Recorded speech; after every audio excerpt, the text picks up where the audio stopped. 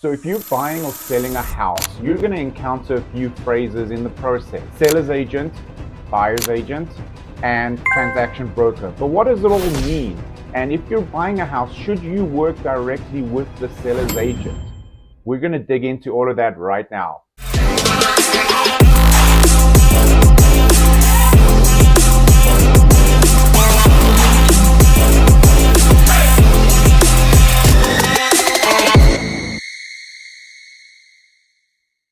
So on the one side of the spectrum is a seller's agent. What is a seller's agent in a real estate transaction? When a person wants to sell their home, they hire a seller's agent to market that property for them. When the seller hires their agent, the agent will get them to sign a listing agreement.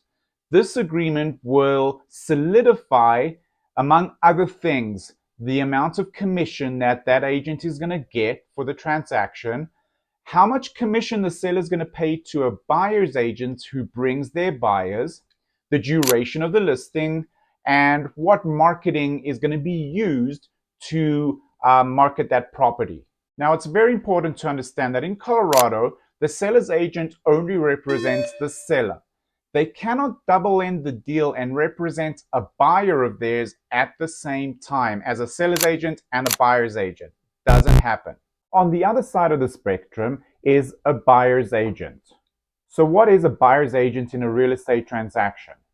A buyer's agent is when a person wants to buy a house and they hire an agent to represent them as a buyer's agent. They will sign a buyer's agreement, which makes this agent their legal representative for this transaction. The agreement will also solidify how much the buyer is going to pay their agent for this representation.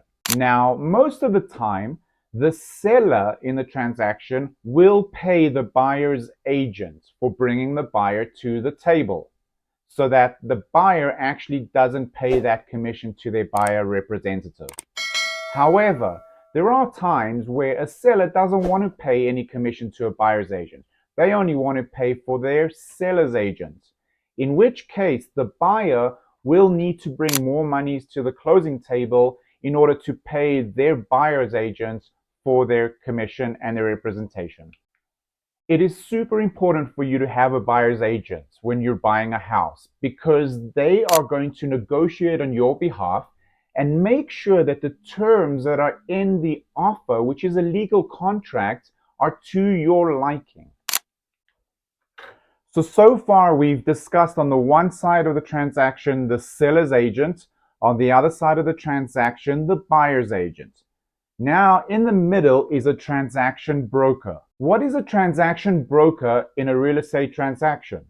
This will come up usually in a transaction when there is a listing agent, the seller's agent, and one of their own clients who is a buyer wants to submit an offer on this house that the seller's agent is representing.